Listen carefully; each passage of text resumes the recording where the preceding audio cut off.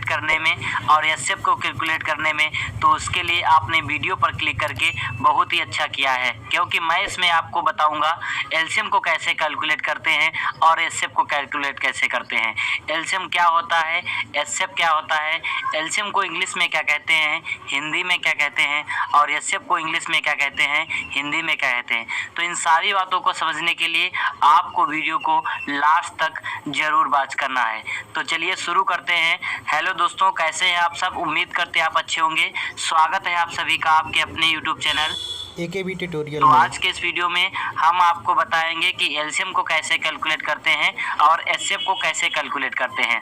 HCF calculate करने के हम आपको दो तरीके बताएंगे, जो आपको अच्छा लगे उस तरीके से आप एचसीएफ को कैलकुलेट कर सकते हैं। कुछ लोग होते क्या है कि एलसीएम को कैलकुलेट कर लेते हैं लेकिन एचसीएफ में गलती कर देते हैं, और कुछ लोग ऐसे होते हैं जो एलसीएम और एचसीएफ दोनों में गलती कर देते हैं।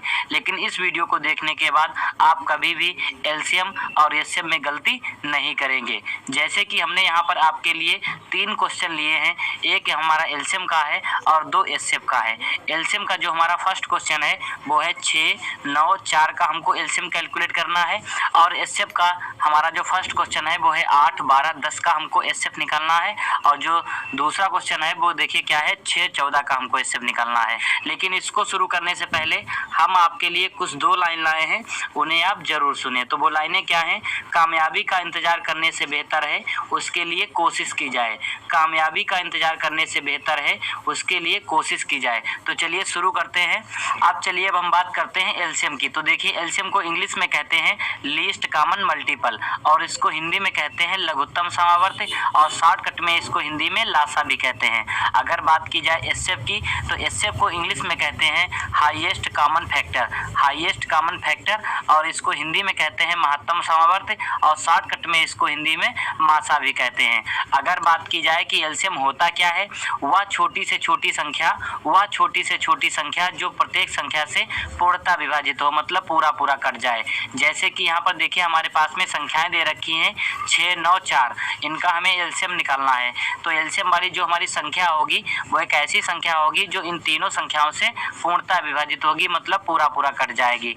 और अगर इसी तरीके से बात की जाए एचसीएफ की, तो वह बड़ी से बड़ी संख्या, वह बड़ी से बड़ी संख्या जो प्रत्येक संख्या को पूर्णतः विभाजित कर दे, मतलब पूरा पूरा काट दे। जैसे कि यहाँ पर हमारे पास में देखिए क्वेश्चन दे रखा है 8, 12, 10, हमको इन तीनों संख्याओं का एचसीएफ निकालना है। जो हम एचसीएफ निकालेंगे, एचसीएफ वाली जो हमारी संख्या होगी वो इन तीनों संख्याओं को पूर्णतः विभाजित करेगी, मतलब पूरा पूरा काटेगी। जब हम इन क्वेश्चनों को करेंगे तब आपको ये और अच्छे से समझ में आ जाएंगे। तो चलिए शुरू करते हैं। अभी तक अगर आपने चैनल को सब्सक्राइब नहीं किया है तो प्लीज़ आप चैनल को सब्सक्राइब जरूर कर लें।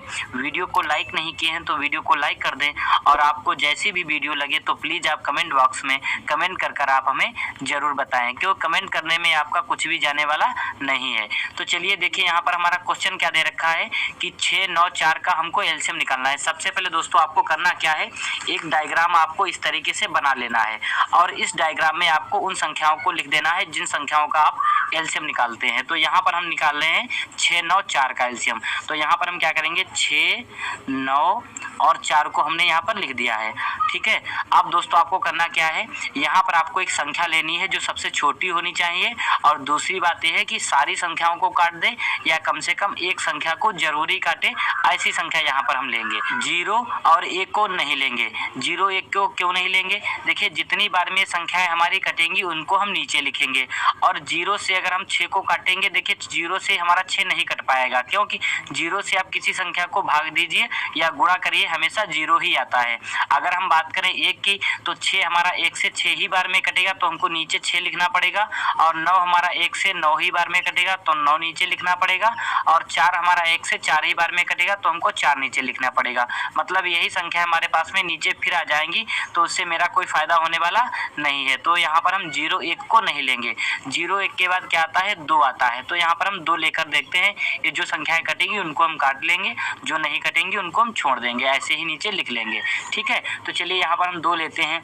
अब 2 का टेबल हम पढ़ेंगे कि 6 हमारा 2 से कितनी बार में कटेगा, तो 2 तिहाई 6, 3 बार में हमारा 6 कट जाएगा, तो हमको नीचे कितना लिखना पड़ेगा, 3, 2 तिहाई 6, और 9 हमारा 2 से नहीं कटेगा तो हम 9 को ऐसे ही लिख दिए। ठीक है, जो संख्या हमारी नहीं कटेगी उनको हम नीचे ऐसे ही नोट कर लेते हैं। और 4 हमारा 2 से कितनी बार में कट जाएगा, 2 बार में, 2 दूनी 4।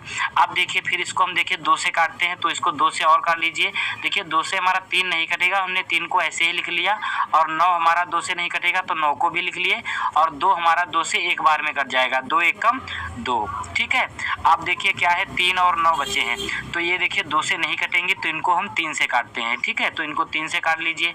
3 हमारा 3 से एक बार में कट जाएगा, 3 एकम 3, और हमारा 3 से 3 बार में कट जाएगा, तो 3 3 9।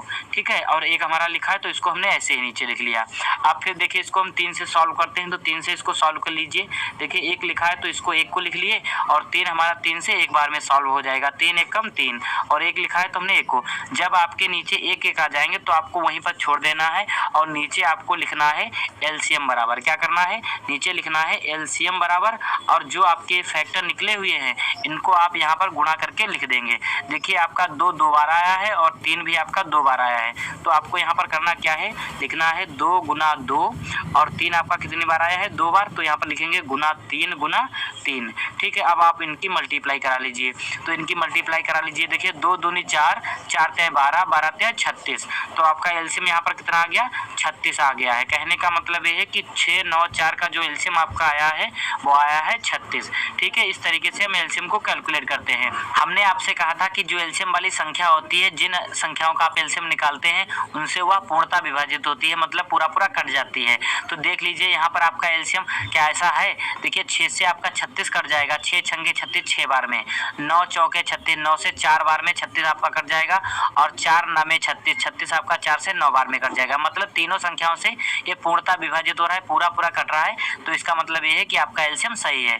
ठीक है, इस तरीके से हम एलसीएम को कैलकुलेट करते हैं। अब देखिए हम बात करते हैं एचसीएफ की, तो देखिए एचसीएफ को कैसे कैलकुलेट करते हैं। हमारे पास में क्वेश्चन दे रखा है एचसीएफ का है कि 8 12 10 का हमको एचसीएफ निकालना है। सबसे पहले दोस्तों आपको करना क्या है कि आपको एक डायग्राम इस तरीके से बना लेना है।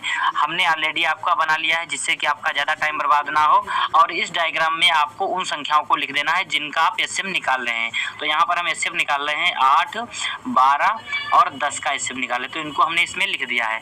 अब दोस्तों आपको करना क्या है, यहाँ पर आपको ऐसी संख्या लेनी है जो सारी संख्याओं को काट दे और सबसे छोटी होनी चाहिए। ये नहीं सिर्फ एक संख्या को काटे या 2 संख्याओं को काटे, जिन संख्याओं का आप एचसीएफ निकालते हैं उन सारी संख्याओं को काटे, ऐसी संख्या यहाँ पर लेंगे और सबसे छोटी सी संख्या लेंगे। 0 1 नहीं लेंगे। 0 1 को क्यों नहीं लेंगे, हम आपको पीछे बता चुके हैं, जिसको आप समझ सकते हैं, उसी का कारण हम यहाँ पर 0 1 को नहीं लेते हैं। और 0 1 के बाद क्या आता है 2, तो यहाँ पर हम 2 से देखिए सारी संख्या हमारी कट रही हैं, तो यहाँ पर हम 2 लेंगे।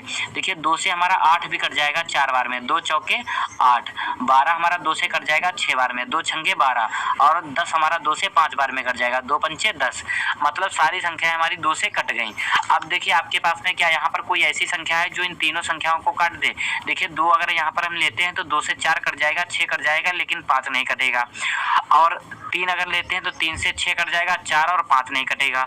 अगर 5 लेते हैं तो 5 से 5 कट जाएगा, 4 और 6 नहीं कटेगा। मतलब अब हमको कोई भी ऐसी संख्या यहाँ पर नहीं मिल पा रही है जो इन सारी संख्याओं को काटे। जब आपको कोई ऐसी संख्या ना मिले तो उसको आप वहीं पर छोड़ दीजिए, और नीचे आपको लिख लेना है एचसीएफ बराबर। क्या करना है, लिख लेना है एचसीएफ बराबर, और जो आपका ये फैक्टर निकला है इसको यहाँ पर लिख देना है। यहाँ पर आपका फैक्टर कितना आया है 2, तो आपने यहाँ पर 2 लिख दिया है। ठीक है, इस तरीके से हम एचसीएफ को कैलकुलेट करते हैं। अगर मान लीजिए आपके पास में कहीं पर एक जगह पे 1 आ जाता या 2 जगह पर 1 आ जाता, तो भी हम उसको वहीं पर छोड़ देते, और जो आपका ये फैक्टर निकलता उसको हम लिख देते एचसीएफ। ठीक है, यहाँ पर आपका फैक्टर कितना है 2 है, तो यही आपका एचसीएफ हो गया है। हमने आपसे कहा था कि एचसीएफ वाली जो आपकी संख्या होती है वो एक ऐसी संख्या होती है जिन संख्याओं का आप एचसीएफ निकालते हैं वह उनको पूर्णतः विभाजित करती है, मतलब पूरा पूरा काटती है। जैसे कि यहाँ पर देखिए 8 12 10 का हम एचसीएफ निकाले हैं, तो हमारा एचसीएफ कितना निकला है 2 निकला है। अब 2 देखिए इन तीनों संख्याओं को काट रहा है या नहीं, तो 2 चौके 8, 2 छंगे 12, 2 पंचे 10, मतलब तीनों संख्याओं को पूर्णतः विभाजित कर रहा है, मतलब पूरा पूरा काट रहा है। तो इसका मतलब ये है कि आपका एचसीएफ सही है। ठीक है, इस तरीके से हम एचसीएफ को कैलकुलेट करते हैं। इसको हम बोलते हैं अभाज्य गुणनखंड विधि। ठीक है, इससे इसको कैलकुलेट करते हैं। अब हम आपको बताएंगे कि भाग विधि से एचसीएफ को कैसे निकालते हैं। तो देखिए हमने 2 नंबर के क्वेश्चन को अभाज्य गुणनखंड विधि से कर लिया। आपको बताएंगे कि 6 14 का एचसीएफ जो है भाग विधि से कैसे निकालते हैं। तो चलिए शुरू करते हैं अपने क्वेश्चन को। तो देखिए हमारे पास में क्वेश्चन क्या है कि 6 14 का हमको एचसीएफ निकालना है। इस क्वेश्चन को हम भाग विधि से हल करेंगे। किस विधि से? भाग विधि से। तो सबसे पहले दोस्तों आपको करना क्या है, जो संख्याओं का आप एचसीएफ निकालते हैं, जैसे कि यहाँ पर हम 6 14 का एचसीएफ निकाल रहे हैं, तो हम इनका कंपैरिजन करा लेंगे कि इसमें कौन छोटा है कौन बड़ा है। तो इसमें छोटा कौन है 6 और बड़ा कौन है 14 है। तो हम लिखेंगे यहाँ पर कि 14 जो है वो बड़ा है 6 से। ठीक है, ये जो आपने इस तरीके का चिन्ह देखा, इसमें जो इस तरफ मुंह खुला होता है वो संख्या बड़ी होती है। जैसे कि यहाँ पर हमारी 14 बड़ी है संख्या, तो हमने इस तरीके से इसका मुंह इस तरफ खोल दिया है। अगर इधर की संख्या बड़ी होती तो हम इस तरीके से बनाते इसमें। ठीक है, अब चलिए क्या करेंगे हम कि छोटी संख्या से हम भाग देंगे बड़ी संख्या को। किसको? छोटी संख्या से भाग देंगे बड़ी संख्या को। तो बड़ी संख्या को भाग दे दीजिए। अब देखिए हम भाग देते हैं 6 से 14 को। तो 6 दूनी 12, 6 ते 18, 3 बार में ज्यादा हो रहा है तो हम 6 दूनी 12, 6 दूनी 12। अब हम क्या करेंगे, इनको घटा लेते हैं। तो इनको घटा लीजिए। 4 में से जब हम 2 घटाएंगे तो हमारे यहाँ पर कितना बचेगा? 2। 1 में से 1 घटाएंगे तो क्या बचेगा? कुछ नहीं।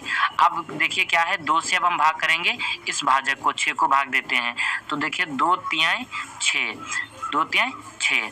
अब यहाँ पर शेषफल हमारा 0 आ गया। जो भाजक हमारा शेषफल 0 लाएगा वही हमारा एचसीएफ कहलाएगा। ठीक है, कहने का मतलब है कि यहाँ पर जो हमारा एचसीएफ आया है वो कितना आया है? 2 आ गया है। ठीक है, इस तरीके से इसको हम कैलकुलेट कर लेते हैं। जैसे कि अगर बात की जाए, यहाँ पर देखिए ये वाला जो बीच में लिखा होता है इसको हम भाज्य कहते हैं, इसको हम भाज्य कहते हैं। ये वाला जो होता है इसको हम भागफल कहते हैं, और जो नीचे हमारा आता है उसको हम शेषफल कहते हैं, और जिससे हम भाग देते हैं इसको हम भाजक कहते हैं। इसको क्या कहते हैं? भाजक कहते हैं। जैसे आपने इस तरीके से भाग कर लिया है, और इसमें जो आपका भाजक शेषफल 0 लाएगा वही आपका एचसीएफ कहलाएगा। तो भाजक यहाँ पर शेषफल 0 कौन लाया है? 2 लाया है। तो कहने का मतलब ये है कि 6 और 14 का जो एचसीएफ है वो कितना है? 2 है। ठीक है, इस तरीके से भी हम इसको कैलकुलेट कर ले सकते हैं। ये भाग विधि से एचसीएफ आपका हो गया। उम्मीद करते हैं कि आपको ये बहुत अच्छे से समझ में आए होंगे। जय हिंद प्यारे दोस्तों। अगर आपको वीडियो पसंद आई है तो वीडियो को लाइक शेयर करना बिल्कुल आप ना भूलें, और अभी तक चैनल को सब्सक्राइब नहीं किए हैं तो प्लीज़ आप चैनल को सब्सक्राइब जरूर कर लें। जय हिंद प्यारे दोस्तों।